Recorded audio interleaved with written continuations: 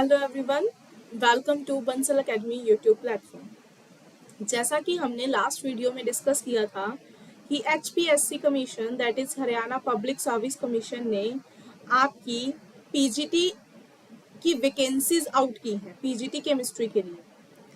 तो उस वैकेंसीज में क्या सिलेबस रहने वाला है ये हम डिस्कस कर चुके हैं। ठीक है, पेपर पैटर्न क्या रहने वाला है वो डिस्कस कर चुके हैं। अब पेपर में क्या आता है, कैसे क्वेश्चंस होते हैं, actually what is how difficult is the paper difficult कितना होगा, पेपर होगा कैसा। तो उसके लिए आज की वीडियो में हम प्रीवियस ईयर पेपर को एनालाइज करने वाले हैं। तो this is the video regarding the analysis of previous year paper. Subjective paper को एनालाइज करेंगे, one by one questions discuss करेंगे एंड आफ्टर दैट वो करने के बाद हम स्ट्रेटेजी बनाएंगे कि how to crack that exam. उस एग्जाम की प्रेपरेशन के लिए आप कैसे अच्छे से प्रेपरेशन कर सकते हो, कैसे क्या क्या स्टेप्स फॉलो कर सकते हो और उसे कैसे क्रैक कर सकते हो। तो this is all that we are going to discuss in this video. तो सबसे पहले अगर मैं क्वेश्चन पेपर की बात करूं, these are the question paper specific instructions. There are 18 questions in all. Total आपके पास 18 क्वेश्चंस होने वाले हैं।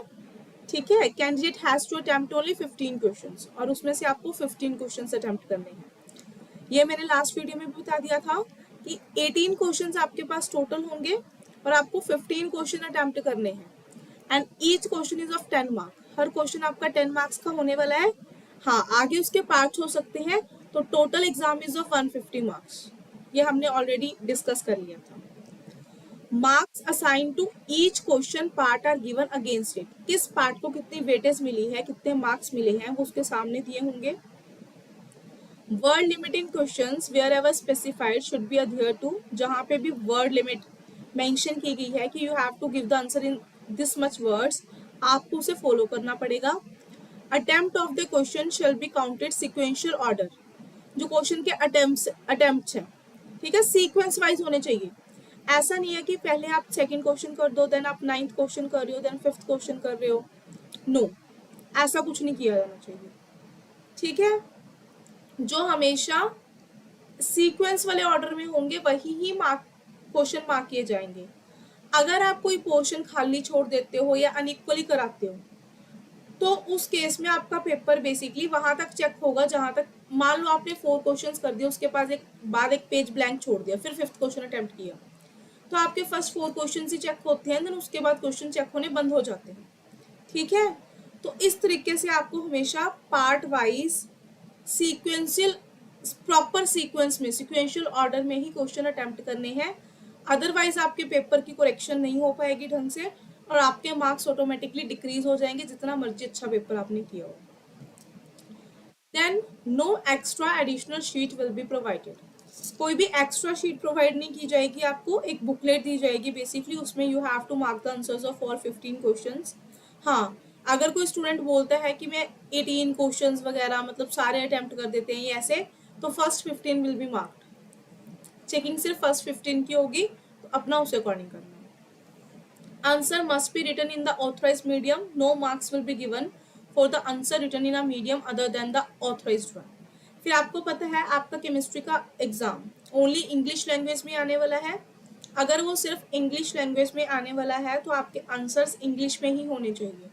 ठीक है, अगर आप हिंदी, पंजाबी, हरियाणवी मतलब किसी भी लैंग्वेज में अगर उसको कुछ भी अटेम्प्ट करने की कोशिश करते हो then it will not be marked.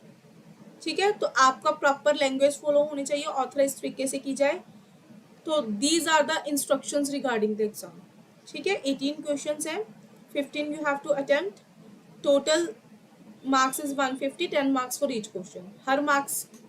Her question के आगे पार्ट्स होंगे जिनकी वेटेज उनके सामने दी जाएगी। बस आपको क्या करना है, क्वेश्चन को एक सीक्वेंस वाइज करना है, सिक्वेंशियल ऑर्डर में करना है। ठीक है, और क्वेश्चंस को अटेम्प्ट करने के लिए कोई भी एक्स्ट्रा शीट प्रोवाइड नहीं की जाएगी। तो let's discuss the paper now. Paper देख लेते हैं कि पेपर है कैसा। So our first question is calculate the number of molecules of carbon dioxide present in 300 ml of gas at 273 Kelvin and 2.5 atmospheric pressure. Number of molecules calculate करने हैं carbon dioxide के। Volume दे रखा है, temperature दे रखा है, pressure दे रखा है, तो है ना, नंबर ऑफ मोल्स कैलकुलेट हो सकते हैं, नंबर ऑफ मॉलिक्यूल्स कैलकुलेट हो सकते हैं। सिंपल बेसिक, बिल्कुल बेसिक केमिस्ट्री से क्वेश्चन है, दैट इज योर +1। ठीक है, 5 मार्क्स का। सेकेंड पार्ट है, gastric juice contains 3 mg of HCl per ml. If a person produce 225 ml of gastric juice per day, how many antacid tablet each containing 250 mg of aluminium hydroxide are needed to neutralize all the HCl produced in one day? तो acid base neutralisation reaction है, basic stoichiometry question है। ठीक है, कैसे acid base react करेंगे, किस type से neutralisation होगी, और कैसे स्टोइकियोमेट्री बैलेंस करके आप with the help of mole concept ये निकाल सकते हो। ठीक है, बस इतना है। And this question is again of 5 marks. ये भी आपका +1 लेवल का मान के चल लेते हैं, +1 में आप ऐसे क्वेश्चंस पढ़ लेते हो। Then is the second question, predict the shapes of following molecules on the basis of hybridisation, BCl3 की, CH4 की, CO2 की, अमोनिया की। इन चारों की शेप बतानी है on the basis of hybridisation. ठीक है, and this question is of 10 marks, और हर एक शेप के आपको 2.5 मार्क्स असाइन होंगे। तो ठीक है, ये क्वेश्चन भी आपका नॉर्मल केमिकल बॉन्डिंग का है, +1 बोल सकती हूँ, या मैं ज़्यादा से ज़्यादा ग्रेजुएशन लेवल, है ना, सिंपल है। An organic compound contain 48% carbon, 8% hydrogen, 28% nitrogen. Calculate the empirical formula of the compound. किसी ऑर्गेनिक कंपाउंड में 48% कार्बन है, इतना हाइड्रोजन नाइट्रोजन है, एम्पेरिकल फॉर्मूला। ये भी आप +1 में पढ़ लेते हो, एम्पेरिकल फॉर्मूला, मॉलिक्यूलर फॉर्मूला वाले क्वेश्चंस, कोई डिफिकल्ट क्वेश्चन नहीं है। Explain conductometric titration between strong acid and against strong base. अब ये जो कंडक्टोमेट्रिक टाइट्रेशन है, इसका +1 में कोई लेना देना नहीं है, +1 में आपको नहीं सिखाया जाता कि कंडक्टोमेट्रिक टाइट्रेशन क्या होती हैं, ये ग्रेजुएशन लेवल का टॉपिक है। तो जैसा कि हमने सिलेबस में भी बोला था, some questions are of +1 +2 level, some questions are of from the graduation level, है ना, तो कुछ टॉपिक्स है ही ग्रेजुएशन के, तो ये ग्रेजुएशन लेवल का क्वेश्चन आ गया। Next fourth question, single question है, hydrolysis of sugar gives. Sugar की हाइड्रोलिसिस दे रखी है, सुक्रोज की ग्लूकोज प्लस फ्रक्टोज पे, इक्विलिब्रियम कांस्टेंट की वैल्यू दे रखी है, and you have to calculate delta G naught, Gibbs free energy calculate करनी है, and this question is of 10 marks. Simple सा न्यूमेरिकल है, ठीक है, बट 10 मार्क्स में है, तो बहुत अच्छे से डिटेल में करना है, हर एक कैलकुलेशन शो करनी पड़ेगी हमें। एंड क्वेश्चन किसका है, सिंपल, इक्विलिब्रियम कांस्टेंट का, याद, या फिर आप बोल सकते हो इलेक्ट्रो में भी पढ़ते हो ऐसे क्वेश्चंस, है ना, दोनों में पढ़ लेते हो कि इलेक्ट्रो इक्विलिब्रियम कांस्टेंट, तो इजी है, it is again of +1 +2 level. Next fifth question में 2 पार्ट से, derive an expression which shows relationship between equilibrium constant and EMF of the cell. अब तक क्या आ रहे थे, अगर मैंने देखा, ऑब्जर्व किया, first second third fourth question concept based थे, न्यूमेरिकल्स टाइप थे। अब ये क्वेश्चन आ गया डेरिवेशन टाइप, इसमें आपको डिराइव करना है relationship between equilibrium constant and EMF of the cell, कि E0 के बीच में और इक्विलिब्रियम के कांस्टेंट में क्या रिलेशनशिप होता है, and this is of 5 marks. Explain the change in free energy for predicting spontaneity of a reaction. आपको फ्री एनर्जी में चेंज कैलकुलेट करना है for predicting spontaneity of a reaction, कोई भी रिएक्शन स्पॉन्टेनियस है या नहीं है, ठीक है, क्या क्या कंडीशन होती है, delta G should be greater than 0, less than 0, वो कैसे है, वो एक्सप्लेनेशन देनी है, but this explanation you have to give in detail in the 5 marks. तो ये क्वेश्चन नॉर्मल +1 +2 लेवल का ही है थर्मोडायनामिक्स से, पर 5 मार्क्स में एक्सप्लेन करना है, इट मीन्स आपको ग्रेजुएशन लेवल तक की नॉलेज होनी चाहिए, और अगर मैं उसको भी ज़्यादा बोलूँ कि ग्रेजुएशन से भी ज़्यादा आपको थोड़ी सी हाई ही नॉलेज होनी चाहिए, तभी आप इतनी छोटी सी बात को 5 मार्क्स में एक्सप्लेन कर पाओगे। Okay, next question is what is order of a reaction. तो सिंपल केमिकल काइनेटिक्स का क्वेश्चन है, +2 level. Give an example for second order reaction, आपको कोई भी सेकेंड ऑर्डर रिएक्शन की एग्जांपल देनी है।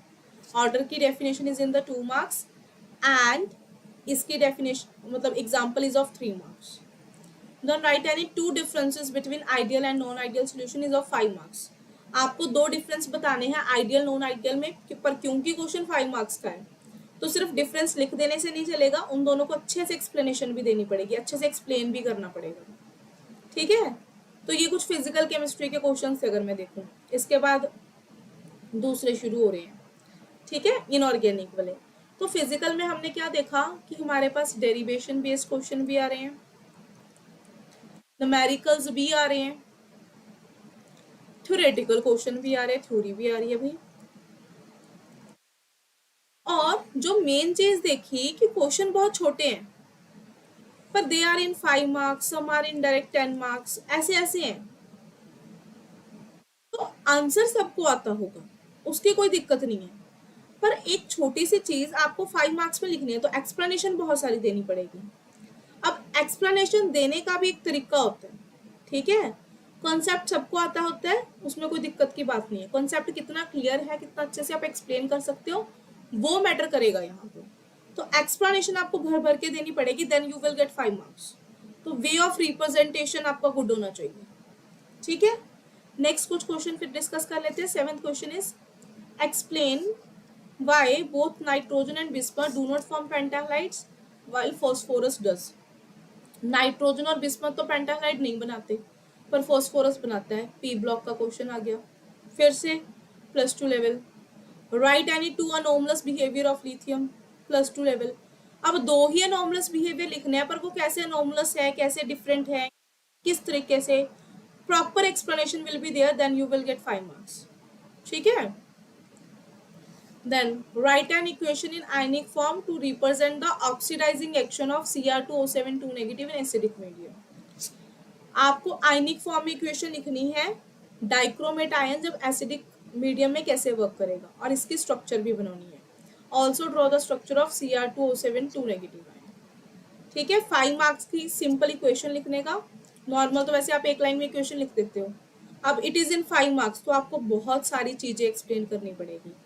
इक्वेशन हर स्टूडेंट को आती होगी, उसकी एक्सप्लेनेशन जिसे पता होगी, उसका कॉन्सेप्ट प्रॉपरली जिसे क्लियर होगा, जो अच्छे से रिप्रेजेंट कर पाएगा, that student will got 5 marks. उसके बाद स्ट्रक्चर बनानी है, फिर स्ट्रक्चर तो इतनी सी बन जाएगी डाइक्रोमेट की, कैसे बनी वो स्ट्रक्चर, उसकी प्रॉपर एक्सप्लेनेशन, वो जो करेगा उसे 5 मार्क्स मिलेंगे, वरना स्ट्रक्चर का तो एक ही नंबर मिल सकता है बनाने। ठीक है, next question is what is lengthenoid contraction, what is its cause, what are its consequences। Normal +2 F block का क्वेश्चन है। लेंथेनॉइड कॉन्ट्रैक्शन सबको पता है क्या होती है, 4 मार्क्स में आ रखी है।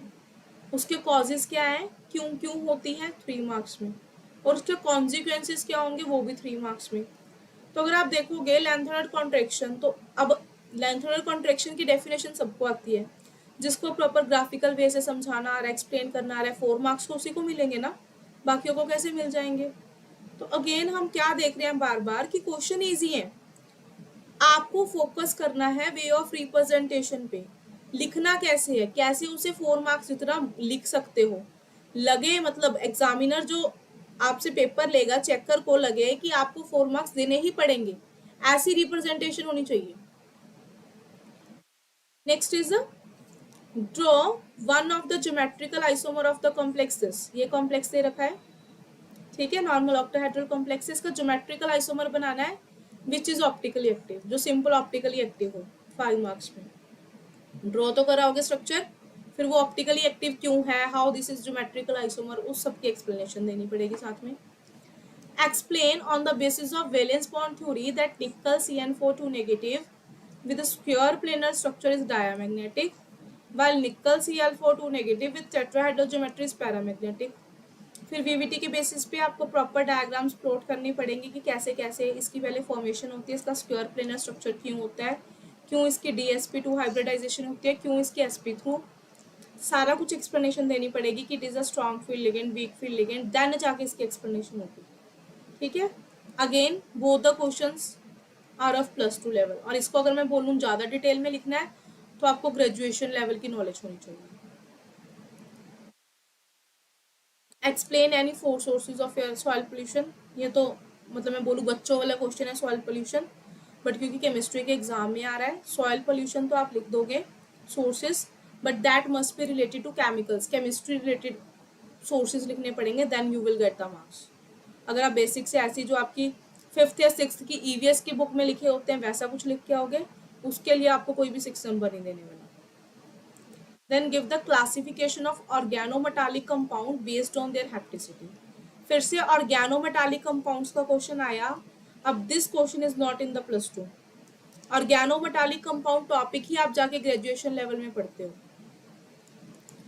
कितने टाइप्स के होते हैं हैप्टिसिटी के बेसिस पे, सबके एक एक एग्जांपल देनी है, वो सारा कुछ ये आप करोगे ही किसमें, ग्रेजुएशन में। तो आपको ग्रेजुएशन लेवल टच करना पड़ेगा और अच्छी वाली एग्जांपल्स करनी पड़ेंगी। नेक्स्ट, ये सारे अगर मैं बोलूँ कुछ क्वेश्चन से, using CFT crystal field theory draw energy level diagram, जिसके 2 नंबर मिलेंगे। Right electronic configuration of central metal atom ion, जिसके 3 नंबर मिलेंगे। डिटरमाइन मैग्नेटिक मोमेंट वैल्यू, जिसके 5 नंबर मिलेंगे। ये दो दो कॉम्प्लेक्स दे रखे हैं। तो CFT के बेसिस पे, CFT अगर मैं बोलूँ वैसे तो आपको +2 में ये टॉपिक आ जाता है, पर उसमें इतना डिटेल्ड में नहीं होता। डिटेल्ड में आप स्टडी करते हो ग्रेजुएशन में। ठीक है, तो एक ग्रेजुएशन बेस्ड का है, तो आपको प्रॉपर सारा कुछ ड्रॉ करना पड़ेगा, बना के दिखाना पड़ेगा, and proper calculations will be there. Then ये सारा इनऑर्गेनिक का पोर्शन था। इनऑर्गेनिक में मैंने देखा कि किस टाइप के क्वेश्चन आ रहे हैं। क्वेश्चन बहुत ईजी है, सारे आपको आते हैं, रीजन वगैरह। जनरली D ब्लॉक से आया, F ब्लॉक से आया, कोऑर्डिनेशन। इनऑर्गेनिक का तो सिलेबस ही कितना है, या P ब्लॉक से। ब्लॉक से क्वेश्चन पूछते हैं, कोऑर्डिनेशन कंपाउंड से क्वेश्चन पूछते हैं, या फिर ऑर्गेनोमेटालिक से। क्वेश्चन बहुत ईजी थे, बस वो 10-10 मार्क्स में है। तो again way of representation must be good. ठीक है, then is about organic. Give the chemical test to distinguish between primary, secondary and tertiary alcohols. Primary alcohol को, सेकेंडरी अल्कोहल को, टर्शियरी अल्कोहल को कैसे डिफरेंशिएट करोगे, उनके लिए आपको केमिकल टेस्ट देना है। वही Lucas reagent test, Victor Meyer test, you can give that. 5 marks का क्वेश्चन है, तो proper explanation will be there, flow charts will be there. Flow chart बना के आप प्रॉपर एक्सप्लेन कर सकते हो। Give the classification of polymers based on their structures with one example for each class. आपको पॉलीमर्स की क्लासिफिकेशन देनी है उनकी स्ट्रक्चर के बेसिस पे, ठीक है, और सबकी एक एक एग्जाम्पल देनी है। तो this is a good question. ठीक है, अच्छे से 5 मार्क जितना कंटेंट बन जाएगा। Methyl amine is more basic than ammonia, give reason in the 5 marks. Now अगर मैं बोलूँ, ये ऐसा क्वेश्चन है जो हर स्टूडेंट को आता होगा, मिथाइल अमाइन ज्यादा बेसिक होता है अमोनिया से। Every student will know its answer. क्या आंसर है? 1 word answer, plus I effect. Plus I effect क्या एक, this 1 word is enough for 5 marks? No. तो अगेन एंड अगेन हम जितने भी क्वेश्चन जैसे जैसे डिस्कस कर रहे हैं, सबसे एक ही कंक्लूजन निकल रहा है, क्या? वे ऑफ रिप्रेजेंटेशन। सिर्फ नॉलेज होना काफी नहीं है, अच्छे से नॉलेज होनी चाहिए, अच्छे से कॉन्सेप्ट क्लियर होना चाहिए। फिर कॉन्सेप्ट क्लियर होना भी काफी नहीं है, कॉन्सेप्ट क्लियर होने के बाद आपको उसे समझाना भी आना चाहिए, दूसरों को बताना भी आना चाहिए। तो बेसिकली इसमें अगर मैं बोलूँ आपके राइटिंग स्किल्स का, है ना, आपके टीचिंग स्किल्स का, अगर एज अ टीचर होते आप तो बच्चों को लिख के समझाना है तो कैसे समझाते? हर किसी की टेस्टिंग हो रही है। तो way of representation is the most important thing in this exam. Next, using chemical test explain the open chain structure of glucose. Glucose के ओपन चेन स्ट्रक्चर को एक्सप्लेन करना है अलग अलग टेस्ट के थ्रू। ये भी अच्छा क्वेश्चन है, 5 मार्क्स में बन जाता है easily. How are the vitamin classified. Vitamin को आप कैसे क्लासीफाई करोगे? Name the vitamin responsible for the coagulation of blood. Blood की कोगुलेशन के लिए कौन सा विटामिन रिस्पॉन्सिबल होता है? दिस इज इन 2 मार्क्स, तो इसको भी एक्सप्लेन करना पड़ेगा। और विटामिन की क्लासिफिकेशन 4 मार्क्स में, तो इसकी भी अच्छी खासी एक्सप्लेनेशन जाएगी। देन अगेन फिर से एक केमिकल टेस्ट आ रहा है। Give the chemical test using Hinsberg reagent to distinguish between primary, secondary and tertiary amine. Alcohol वाले क्वेश्चन में उसने पूछा था कि बता दो अल्कोहल को डिफरेंशिएट करने के लिए कौन सा टेस्ट चलेगा। इसमें उसने पर्टिकुलर बता दिया कि हिंसबर्ग रिएजेंट टेस्ट को यूज करके इनकी डिफरेंशिएशन बताओ। 4 मार्क्स का क्वेश्चन है। तो अगेन जैसे मैंने उसमें बोला था, you can make flow chart, है ना, आप सिस्टमेटिक वे से माइंड मैप वगैरह बना के इसकी रिप्रेजेंटेशन कर सकते हो।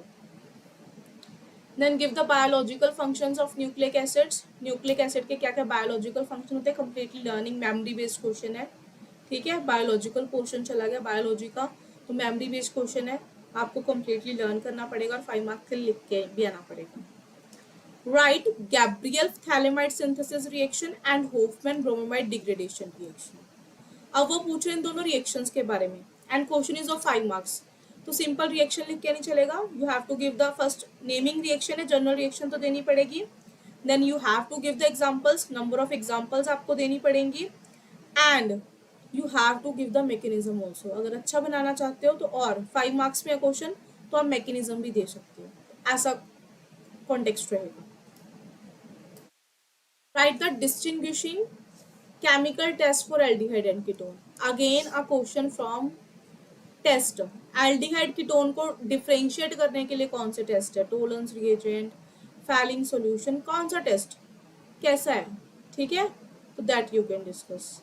Give Williamson ether synthesis reaction, Williamson की सिंथेसिस रिएक्शन देनी है, ईथर कैसे बनाओगे। अब 5 मार्क्स में है, फिर से मैं बोलूंगी जनरल रिएक्शन देनी पड़ेगी, एग्जाम्पल्स देनी पड़ेंगी, मैकेनिज्म देना पड़ेगा, फिर इसका ऑर्डर कि प्राइमरी सेकेंडरी टर्शरी में कैसा रहता है, कौन सा मैकेनिज्म फॉलो होगा, न्यूक्लियोफाइल कैसा होना चाहिए, अटैकिंग रिएजेंट कैसा होना चाहिए, जिसपे आप अटैक करवाने वाले हो वो कैसा होना चाहिए, all the things you have to mention if you want to get 5 marks. फिर इसकी जो प्रॉपर वैल्यूज होती है, if you want to prepare such type of compound तो क्या करोगे, ऐसी वाली अच्छी वाली एग्जांपल्स एक्सप्लेनेशन देनी पड़ेगी, then you will get 5 marks. Then write the mechanism of SN1 reaction with taking suitable example। अब proper mechanism का भी क्वेश्चन आ गया कि बताओ SN1 reaction के लिए mechanism बताओ examples लेके। This is again of 5 marks and state Huckel's rule for aromaticity। Huckel's rule बताना है तो Huckel rule को state भी करना पड़ेगा, पर 5 marks में सिर्फ statement से तो काम चलेगा नहीं, examples लेनी पड़ेगी, उसे explain करना पड़ेगा, ठीक है। aromatic कौन सा, anti aromatic कौन सा, non aromatic कौन सा, सब कुछ बताना पड़ेगा। तो ऑर्गेनिक में भी मैंने क्या देखा, मेरे पास मेजर क्वेश्चन है टेस्टिंग वाले कि डिफरेंशिएट करो कौन प्राइमरी, कौन सेकेंडरी, कौन टर्शरी, कौन एल्डिहाइड, कौन कीटोन, ठीक है। तो प्रैक्टिकल बेस्ड क्वेश्चन बोल सकती हूँ। फिर मेरे पास इक्वेशंस के क्वेश्चन भी है, इसकी जर्नल ये नेमिंग रिएक्शन लिखो, ये नेमिंग रिएक्शन लिखो, ऐसे लिखो। फिर मेरे पास मैकेनिज्म से क्वेश्चन भी आया कि इसका मैकेनिज्म ड्रॉ करो, रिएक्शन मैकेनिज्म क्या रहेगा। फिर मेरे पास रूल्स से भी क्वेश्चन आए, जैसे हक्कल रूल से क्वेश्चन आ गया है ना, एंड मेरे पास गिव रीजन वाले भी क्वेश्चन है कि बताओ अगर ये ऐसा स्ट्रॉन्ग है, ये वीक है तो ऐसा क्यों। तो हर टाइप के क्वेश्चन को कवर कर रहा है। तो बार बार पेपर एनालाइज करने के बाद मुझे बस एक ही चीज नजर आ रही है कि स्ट्रेटेजी क्या होनी चाहिए। तो स्ट्रेटेजी ये है कि सबसे पहले तो आप कॉन्सेप्ट को सीखोगे, ठीक है, this is the first step in your strategy to crack this exam, कि सबसे पहले कॉन्सेप्ट लर्न करोगे। कॉन्सेप्ट एक बार अच्छे से सीखने के बाद उसे अप्लाई करना सीखोगे कि अप्लाई कैसे करना है। फिर जब अप्लाई करना भी आ गया, कॉन्सेप्ट आपने बिल्कुल बेसिक से स्टार्ट किया, उसके अच्छे लेवल तक का कॉन्सेप्ट सीख लिया, उसे अप्लाई करना भी आ गया, फिर उसे दूसरों को एक्सप्लेन करना भी आना चाहिए, लिखना भी आना चाहिए। Your writing skills matter the most. Second thing, your way of representation matters the most. अब जैसे बोर्ड एग्जाम्स की बात होती है, आप एक बोर्ड एग्जाम की तरह प्रिपरेशन करनी है बेसिकली इसकी, है ना। बोर्ड एग्जाम में क्लास में हमारे बहुत सारे बच्चे होते हैं जिनको आता होता है सारा कुछ, पर टॉप तो कोई एक या दो स्टूडेंट ही करते हैं। क्यों? इट डजंट मीन कि दूसरे को ये चीज नहीं आती थी, पहले को ज्यादा आती थी।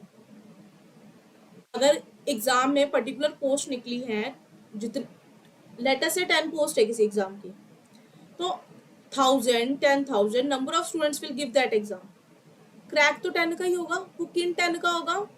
ये नहीं है कि किसी को नॉलेज नहीं है, नॉलेज बहुत को होगी। इस वाले पेपर में मैटर करेगा वे ऑफ रिप्रेजेंटेशन। 5 नंबर का एक क्वेश्चन है, विलियमसन सिंथेसिस रिएक्शन है। अब जिसने +1 +2 कर रखी है उसको भी आता है, पर एक +1 +2 की नॉलेज से लिख रहा है, एक बैचलर्स की नॉलेज से लिख रहा है, एक मैकेनिज्म भी इंट्रोड्यूस कर रहा है, एक सारा कुछ कर रहा है, और उसका वे of representation is very very good, ठीक है। तो मार्क्स उसे मिलेंगे जो कंटेंट भी प्रोवाइड कर रहा है, प्लस उसे अच्छे वे में रिप्रेजेंट भी कर रहे हैं। तो स्ट्रेटेजी यही है कि कॉन्सेप्ट सीखने के साथ साथ उसे रिप्रेजेंट करना भी आना चाहिए, उसे एक्सप्लेन करना भी आना चाहिए। तो you have to do the written practice. आपको बार बार लिख लिख के प्रैक्टिस करनी पड़ेगी।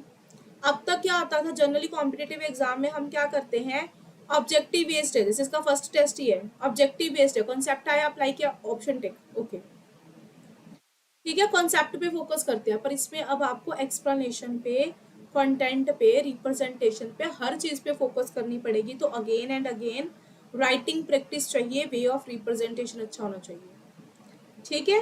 तो this is the strategy for cracking this exam, कि आप सबसे पहले +1 +2 लेवल पढ़ो, ग्रेजुएशन लेवल पढ़ो, अच्छी नॉलेज गेन करो, कॉन्सेप्ट सीखो, कॉन्सेप्ट को अप्लाई करना सीखो, फिर उसे एक्सप्लेन करना सीखो, रिप्रेजेंट करना सीखो, ठीक है। This is the most important thing. Secondly, हमने देखा क्वेश्चन बहुत ईजी थे, most of the question are from the +2 level, bachelors level, maximum to maximum, है ना।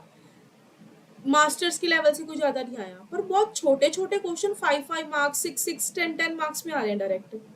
तो अब 10 मार्क्स तो उसी को मिलेंगे जो उसमें कंटेंट दे के आएगा, ठीक है। तो कंटेंट आपका मैटर करेगा, और कंटेंट के साथ साथ मैं फिर से वही बात रिपीट कर रही हूँ, वे ऑफ रिप्रेजेंटेशन ही मैटर करेगा। तो यही स्ट्रेटेजी रहेगी कि आपको बार बार कॉन्सेप्ट पता हो और उसे लिख के प्रैक्टिस करके देखना है, ठीक है। और इसकी प्रैक्टिस के लिए, अच्छे से रिवीजन के लिए, कॉन्सेप्ट पढ़ने के लिए, you can join our classes Bansal Academy. हम आपको अच्छे से हर कॉन्सेप्ट क्लियर करवाएंगे, प्रॉपर कोचिंग मिलेगी आपको, देन प्रैक्टिस शीट्स मिलेंगी, आपकी रिटर्न प्रैक्टिस होगी, दोनों पेपर्स के लिए, ऑब्जेक्टिव और सब्जेक्टिव के लिए प्रैक्टिस शीट मिलेंगी, एमसीक्यू प्रैक्टिस भी होगी, रिटर्न प्रैक्टिस भी होगी, आपको 1-to-1 अटेंशन दी जाएगी, प्रॉपर आपसे ध्यान दिया जाएगा, ठीक है। तो you can join our classes. Thank you for watching this video, have a nice day.